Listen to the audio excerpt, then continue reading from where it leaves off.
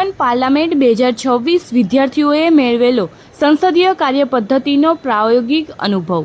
અમદાવાદની કર્ણાવતી યુનિવર્સિટી ખાતે young Indians Ahmedabad ચેપ્ટરના 20 વર્ષ પૂર્ણ થવાના અવસરે 2 દિવસીય યંગ ઇન્ડિયન પાર્લામેન્ટ 2026નો પ્રારંભ થયો છે.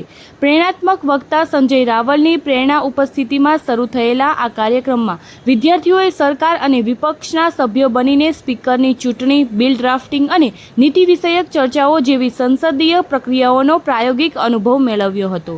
યંગ ઇન્ડિયન્સના ચેરમેન દર્શન પરીખે જણાવ્યું હતું કે આ આયોજન વર્ગખંડના જ્ઞાન અને વાસ્તવિક શાસન વ્યવસ્થા વચ્ચેનું અંતર ઘટાડે છે, જેનાથી યુવાનોમાં લોકશાહી પ્રત્યે સામૂહિક જવાબદારીની ભાવના, નેતૃત્વના ગુણો અને નિર્ણય લેવાની ક્ષમતા વિકસે છે.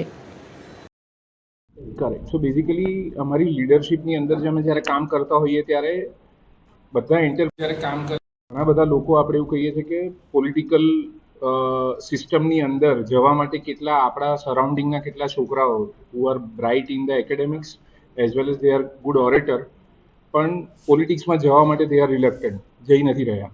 એનું પ્રાઇમરી રીઝન એવું છે કે દેર આર સર્ટેન ટેબુઝ અને એનો એક્સપિરિયન્સ, લાઈવ એક્સપિરિયન્સ નથી. આપણે ખાલી પોલિટિકલ વ્યૂઝ ન્યૂઝપેપરના થ્રુ અને ટીવીના થ્રુ જે લઈએ છીએ એને જ એબ્ઝોર્બ કરીએ છીએ. બિહાઇન્ડ ધ સીન શું કામ થઈ રહ્યું છે એનો એક્સપિરિયન્સ નથી. તો we wanted to give that experience at young age so that they can decide what is required.